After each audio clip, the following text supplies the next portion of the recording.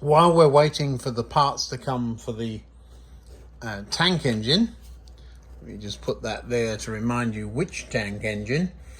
Got some bits on order. A number of you have been making some observations. What is he up to there? Well, I've glued it and I've put a noose around it, a piece of wire that I've tightened up to see if that works. Number of other suggestions. Is there room to put a brass sleeve around it? That was an interesting one. There might be, but I don't really want conductive stuff in there. Could I put a piece of heat shrink tubing over that? Might be room. That might hold it.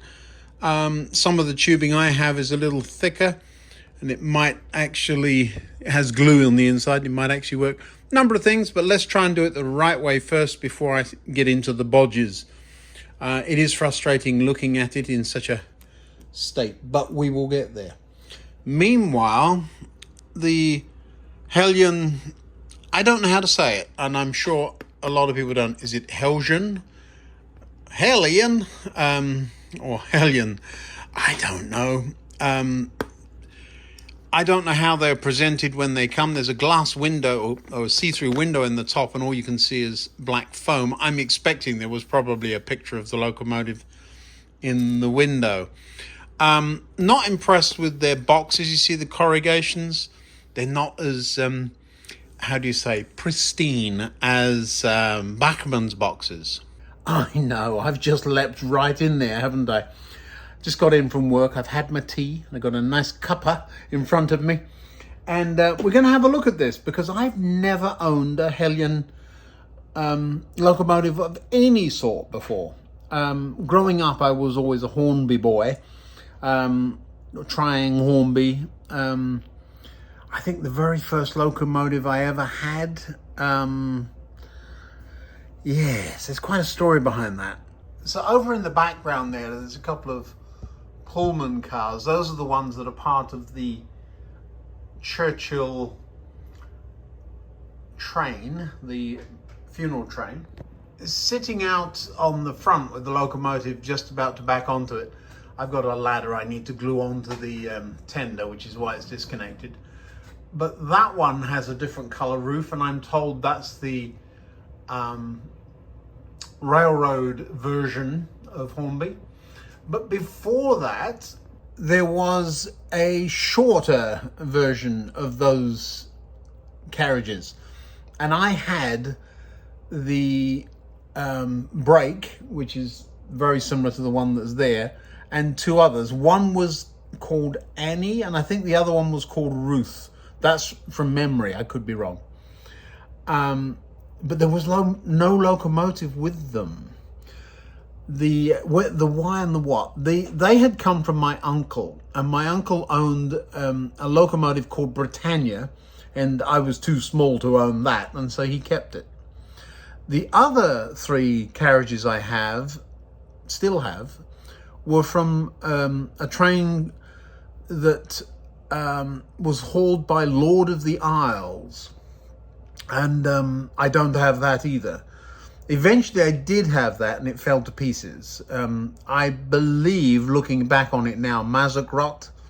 I had no idea what that was at the time. All I knew was I thought, oh no, it's crumbling, bits are falling off. And I was looking after it so well as well. But Hornby was all I ever knew. And then came Bachmann. And this was actually the second Bachmann locomotive I owned. There was another tank which is still on the layout, which is not split chassis, and I replaced its chip some time ago. But I'd never really had anything else. Bachmann, simply because I wanted a big tank. The other one's a Prairie. I wanted a big tank, and Hornby didn't make one, or at least it wasn't available. Because of the recent unpleasantness with Hornby over the last few years, yeah, I'm not bashing them or anything like that, but there's been a bit of unpleasantness. Some of these other manufacturers have snuck in under the radar. And, you know, I thought, why not? Why not? Because I need something to pull the mail train, since the Class 40, where is it? See, the Class 40 had been pulling the mail train, but I snuck it off one day to pull this rake of lovely southern region coaches, and it has stuck with them.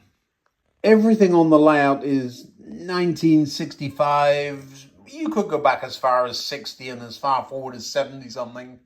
So in my memory, these not. Now, the reason I have the mail train is my uncle and my grandfather used to work on it. Not when it was painted like this, and not that I knew about until actually quite recently. But I need a locomotive to pull it. I'm very partial to the Royal Mail train. So the night mail was an obvious choice. You want to see it, I know you do. Well, you've already seen it because it's been running. But the introduction of Churchill, who's hiding right up there, knowing that it was a non-runner, there was some negotiations that went on, and this locomotive became part of that, and I was thrilled. Not really an unboxing, but let's get it out of the box. That's an unboxing. We'll get it out and we'll have a quick look and tell you what I think about it. The box is, I don't like it. I don't think the box is a particularly quality item or anything like that. It's in upside down. I like the foam, lots of foam. It's in upside down. I'll tell you why. Because the foam acts as a bit of a cradle. It doesn't travel with the hooks, and that's the very first thing I want to talk about. Let me just show you this. Nice NEM pockets, but look at this play. What I'm doing there is moving the coupling itself up and down. Let me get a pair of tweezers so my fat fingers aren't in the way. I'm going to hold the chassis so it's not that's going up and down. And I'm holding the coupling itself. Do you see the play? Let me grab hold of one side of that coupling. The up and down play there, do you see that? Now, there's got to be some play, but the reason that much play is an issue, let me turn the locomotive over. Drum roll, please. The hooks droop. I'll stand it on the track to show you that. Now, there you go. Do you see the downward trend? Ideally, I'm reaching for my pointy stick and see if I can get it in there so you can see. They should be there, not there. There, not there. Is it better like this or like that? You're at the optician. High critique. Do they work though? Well, I've bent one of the other couplings that this thing's going to have to face down. And so now, look at that. Perfect. Well, it isn't because let me show you over the top. Do you see it? It hasn't. Do you see that? So droopy floppy couplings, not impressed. But if that's all there is, we're in fine shape. Let's pull it off the track and have a little better look. Piece of test track there. It's not powered, but watch. Listen carefully.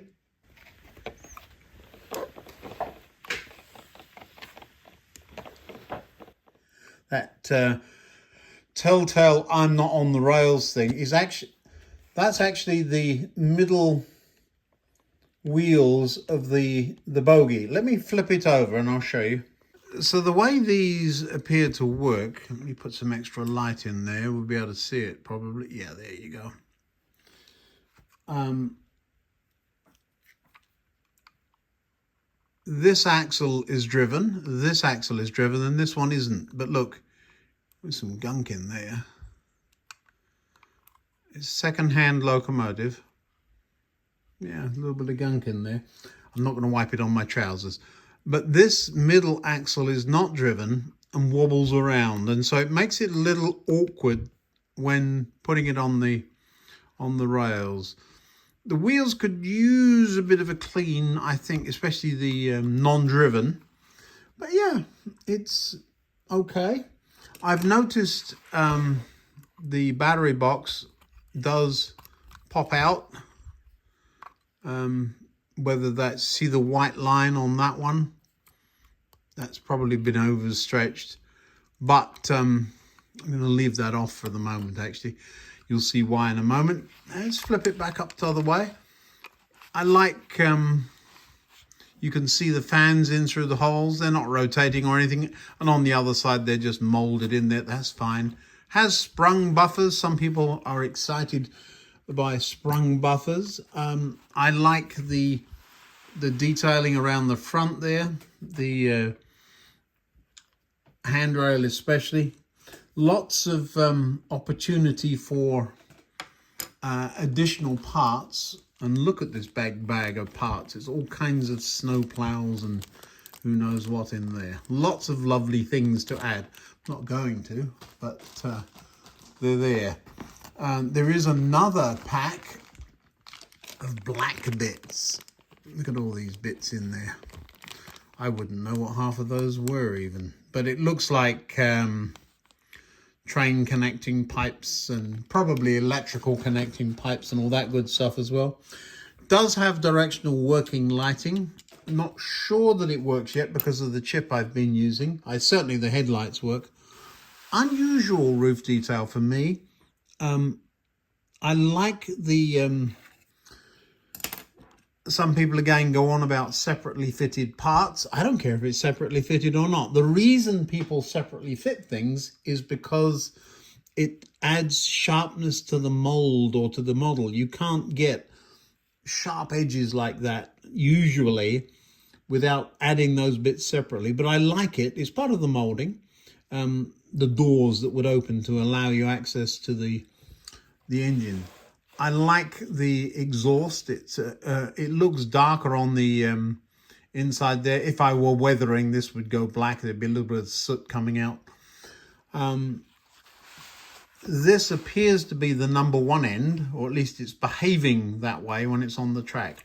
Now, let's open it up. I know we've always, there we are, night mail. Even if it were a cardboard box, if it says night mail on the side, I would be a happy bunny. Looking through the window there, can you see the red cable there? There's a cable on view. No need for that. Cab detail. It needs a driver. It's not bad. There's something in there. People, again, sometimes complain, oh, it needs to be painted up, mate. Yeah, maybe. But nice open window there.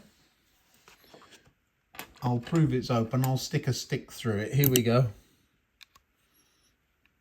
There we are. So it's an open window. Plus and minus with that, you can get all kinds of crud going in there. I will put a driver in at some point. I'm happy with it. Windscreen wipers on the front. Again, nicely glazed. I don't know the history of this thing, so it might have been beautifully cared for, it might not.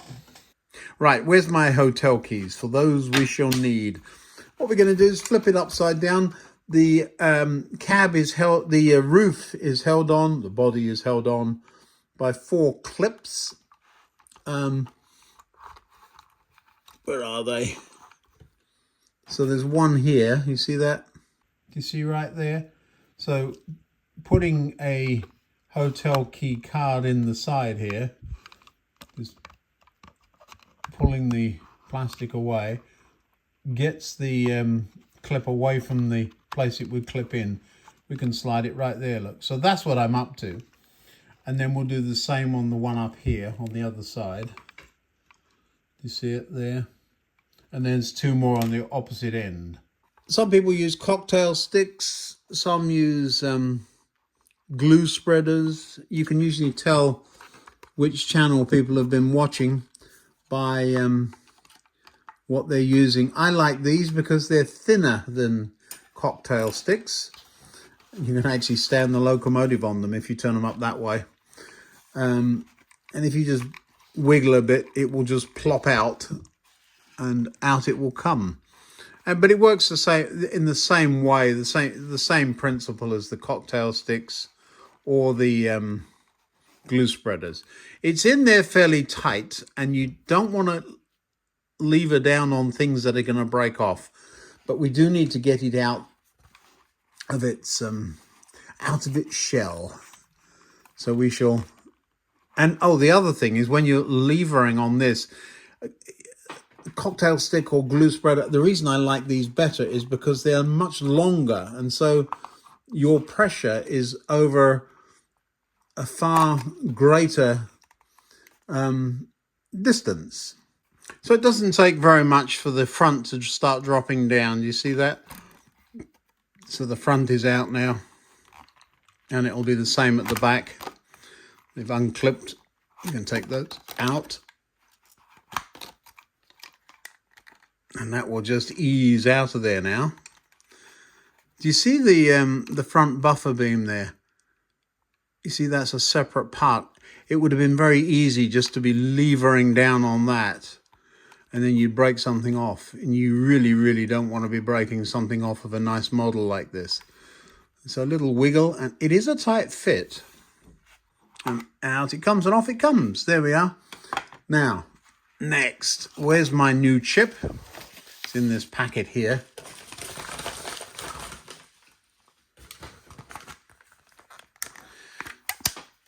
Dum, da, dum, dum, dum.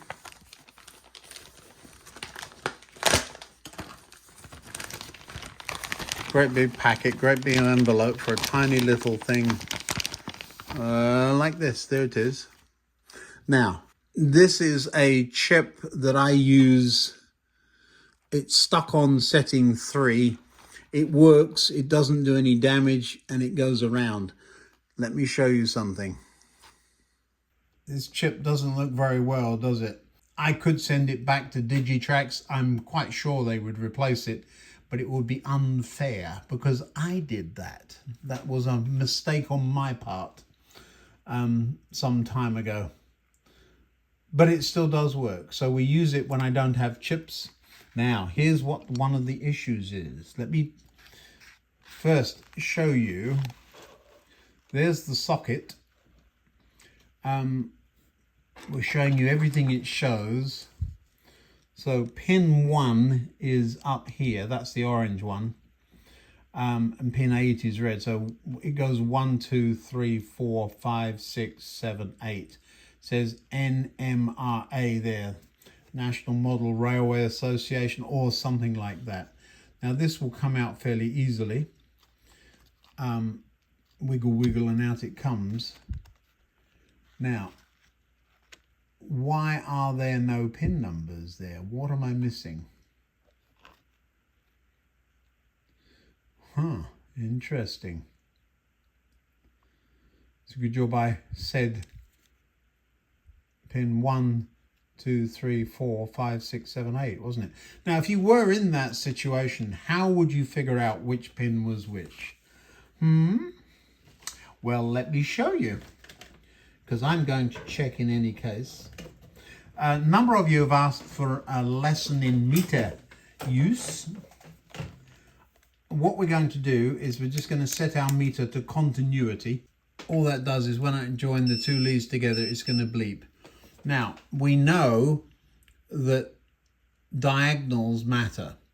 So if I were to shove 9 volts into diagonals there, what would happen is that either the motor would turn or nothing would happen.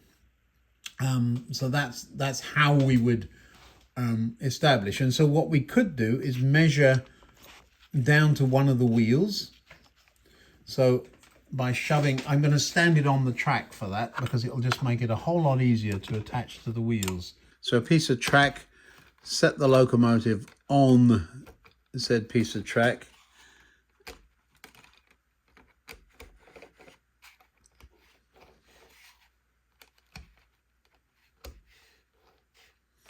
The locomotive is on the track.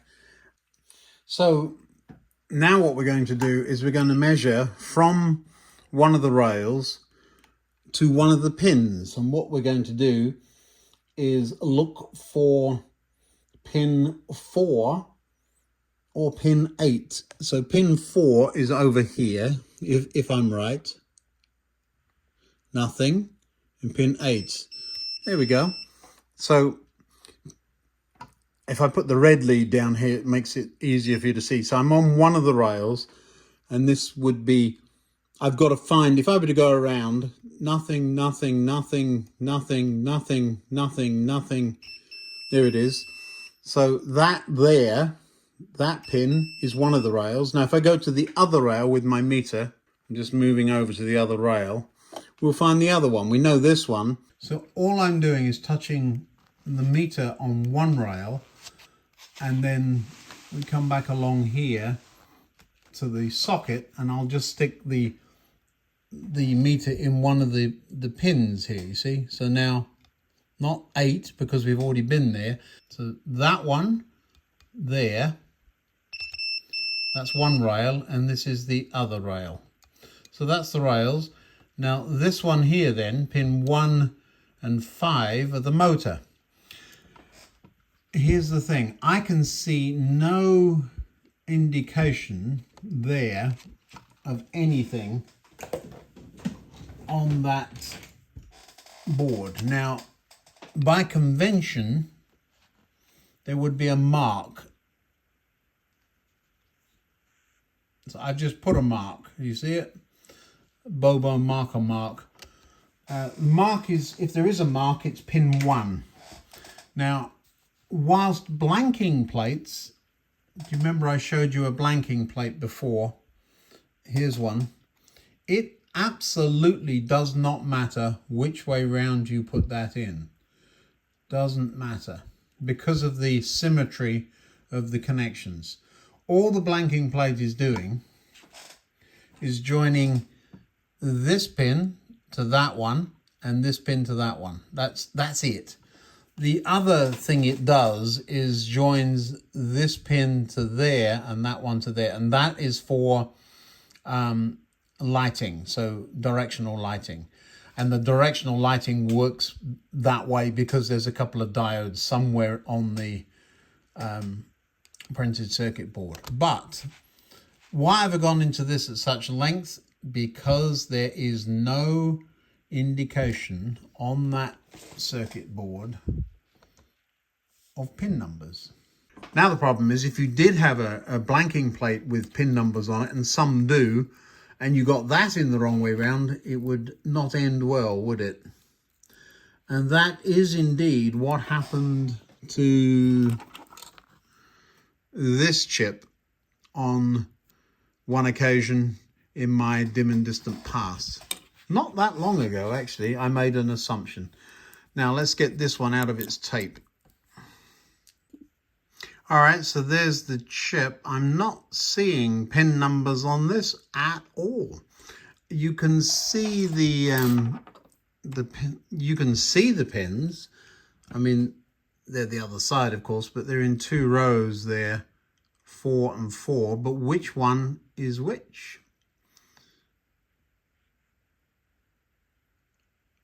I'm not seeing numbers, people. All right, so let's look in the manual. Remember, there's a big square blobby, and these are they're in 2 rows. Let's pop that down and bring the owner's manual in. Owner's manual. Well, there's the big square blobby, and it's got pin 1 labeled. Look at that. DCC and pin 1 pins are on the other side. There's pin 1. Okay. Let's pop this thing beside that, shall we? Just for giggles. So if that's right, we'll turn this around to face the same way it does. And it says pin 1 is down here. Interesting that I can't actually see.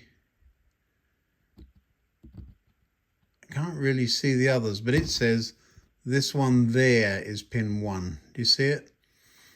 So that's a little awkward, isn't it? Why? Why can't you just make it obvious? I know it's hard to read. Does it say there? I'm going to come in really close. It might. It does not. But according to that drawing, that is pin 1. So what I'm going to do is pop it in that way round. There we go. And again, you line everything up and in it goes. Am I making a fuss? I don't believe I am. I think this is supposed to be a user, something a user could do. And I'm imagining a 12-year-old or 16-year-old who's just got his first locomotive, that he's just gone over to DCC. Maybe people in Denmark, for it says there, Denmark. This was one that got me, made in Denmark, but it still had China written on the packaging. That was, it didn't matter because they didn't pay tariffs anyway. But Heljan are made in Europe. So yeah, so now what we're going to do is we're going to pop it on the layout as is. The beeping is my meter telling me you haven't used me for a little while. I'm going to turn off unless you do something with me. Since we're talking about the meter, let me just bring it into shot for you. So the connection I'm using is the checker diode, and it has a bleep there. You're basically measuring resistance, but so it's like a continuity tester. You could do the same thing with a light bulb and a small battery. All right, let's get this thing on the layout.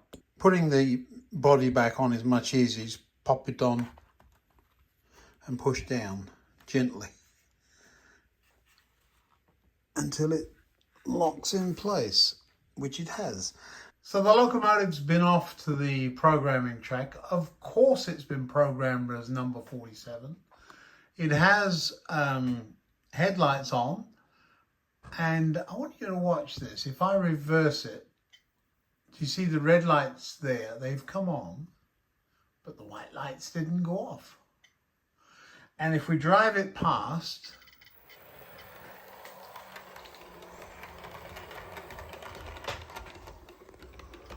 I have no lights on the back, which actually is not a problem.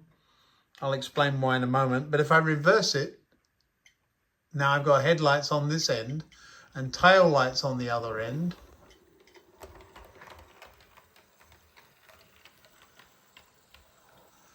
So I've got tail lights on the end coming up, but I also have headlights. So the headlights on this end are stuck on. Interesting. As far as running is concerned, I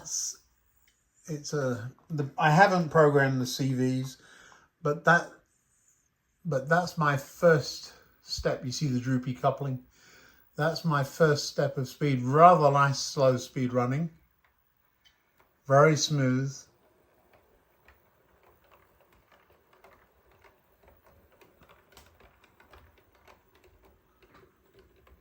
And what we'll do is hook it up to the front of the mail train. When a locomotive is hooked to a train, it would be unusual to have red lights there. When the locomotive is hauling a train and you reverse it so that that's what it's going to do, you would expect all of the lights to go off. You wouldn't expect red lights in there. We do have white running lights at that end. I'm just going to reverse it again. And the red lights come on, the white lights don't go off. So there is a fault. Now then, not today. No. It's secondhand. It's lovely. I like it. It's a smooth runner. It's programmed as number 47, and we're about to take off around the layout with it. I am not getting in there with a soldering iron. Got 2 other locomotives on the bench for that. So probably, since it is doing the same thing on DC, I expect that it's a short circuit diode, or maybe somebody's had a soldering iron in there, or that I'm missing something obvious. There might be some switches somewhere, haven't seen. I will attempt to find a circuit diagram. I don't think they are issued. But again, one of these days we'll figure that out. The chip is doing what it's supposed to do. It's driving the headlights or not, but it doesn't have control of them. So somewhere there's a little fault that's keeping those front headlights on and preventing the red ones coming on at the other end. I don't believe it's going to cause any more problems, but that is an issue, isn't it? If you know anything about me, curiosity has it has piqued my interest. I wonder. Yes. Shall we? No. I'm expecting I think it's going to be a mechanical fault, electromechanical fault, but we're not going to look at it today. Alrighty, here it comes. Lovely. You've seen it running before.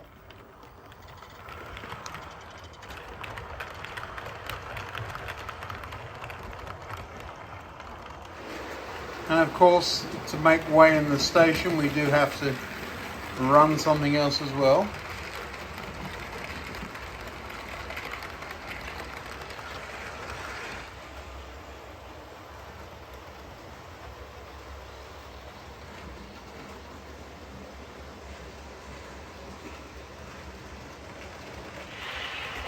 So yes, a lovely locomotive that's going to need a little bit of work. What's going on there? They're all jumping at that point there.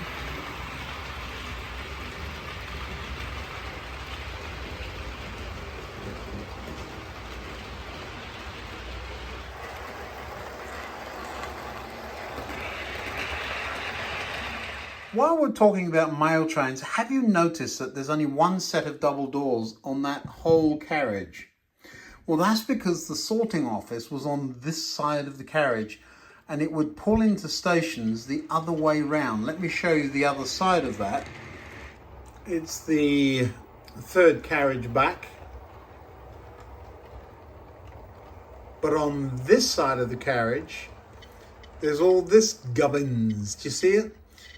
So you've got the cut-in on the roof there, and you've got a sealed up door. Then there's the 2 big doors that are recessed.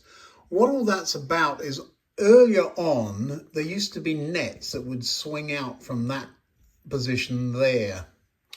By the time this livery came along, those were long gone. My grandfather used to talk about the nets, and I had no idea what he was talking about until much later. But the big doors then were on this side. And so these particular trains were very much have to come in on certain platforms, certain way round. The other one there has big double doors all the way down it. And although not as different, they are again different on the other side. So this is the platform side of that train. The carriages at each end, they're just carriages at each end. They were shorter, you can see that, and far less a part of the action in the early days.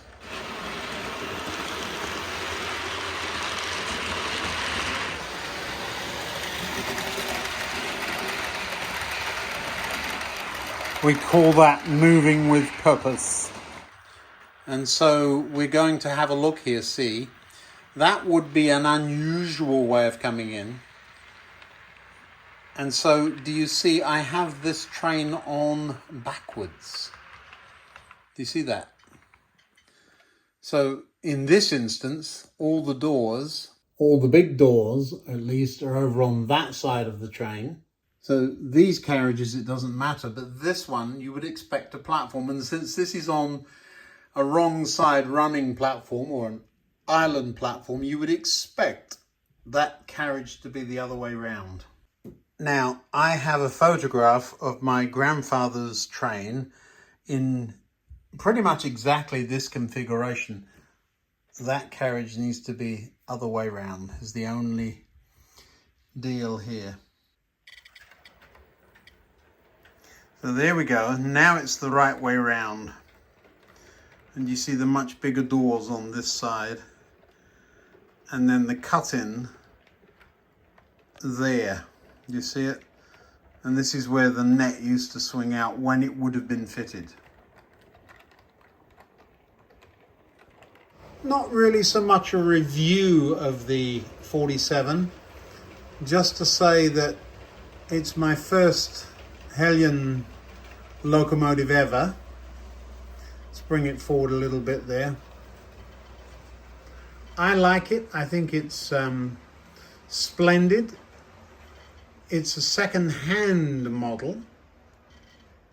Has some electrical issues with lighting. Probably something that I won't bother with for a while. I know the problem's there and we'll sort it out eventually. The chip is in and working, programmed, and off we go. So not a problem. So what's my verdict? It would be totally unfair of me to judge Heljan by one second-hand locomotive. It is true to say that I'm suspicious there is a lighting fault. It could be somebody's been in there with a blowtorch again. And I don't think it's anything that I won't be able to fix in due course. I'm going to let the locomotive have its play. I kind of like looking at it. It'll run around pulling the mail train for a few weeks, I think, before I get to giving it a good clean up and service and all that good stuff. But I reserve judgment. I'll have to buy a new one, won't I, at some point, just to see what they're really like. I'm not going to listen to all of those channels that absolutely hate them and think they're the... Yeah, no, we're not doing that. It's a toy train. It does what it's supposed to. It's something new. And I really like the livery. I like the fact that I now have a dedicated locomotive that is also out of era. My railway, my rules. I know that's an excuse, but really there is a good reason for me running the mail train. And if you're going to run the mail train in that livery, you might want to run a locomotive in the same livery. I may end up with another 47 at some point. You've seen my views on the chip markings and the socket markings. Not a fan of that. There needs to be clarity there. Perhaps it's in the instructions, which of course I haven't read them. What do you think this is? There is a ladder which needs to be attached to the back end of Churchill. I may have knocked it off myself. I don't know. It's been in all kinds of pieces, hasn't it? But that does need to be glued on. I found that on the desk. The Bachmann is waiting parts. I'm impatient. I really want to take that and try it. I'm not going to. I'm just going to sit patiently and wait. And when all the bits come, look at the poor thing. I'm amazed it was running. So Hornby with faults, a Bachmann with faults, and Heljan with faults. So yeah, all three in one night. I have been getting on with the hop field. You don't need 3 videos in a row of me making a hop field in a corner of a layout. So that's why the variety. There's plenty of videos coming out. The dogs are fast asleep and it's time for me to be fast asleep too. Thanks for watching and we'll see you in the next one.